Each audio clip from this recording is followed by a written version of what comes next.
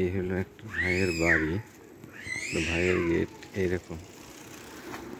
এর শখ হলে সারাদিন কোনো জব নাই, কিছু নাই, সারাদিন এই ফুল গাছই লাগায়।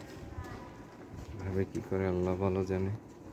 তো ওনার এই গেট, এখানে গাড়ি রাখার জায়গা ছিল, পার্কিং টার্কিং সব ফুলে ভরা, গোলাপ, যত ধরনের গোলাপ আছে জাপানে সব ওনার বাসায় আছে দেখার মতো। এইগুলো আবার লাইটিং করছে। এই ফুল যখন ফুটবে তখন ফুল ছাড়া বাড়ি দেখা যাবে না। আসসালামু আলাইকুম। হ্যালো, আলহামদুলিল্লাহ এই গাছটা ফুটছে ফুল দেখার মতো।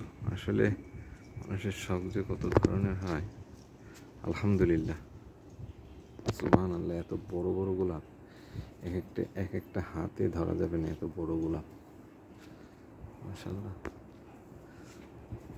এই এই ওনার বাড়ির দোতলা, উনি থাকে, ওনার বাপ মা থাকে, উনি থাকে। এই ওনার সামনের গেট।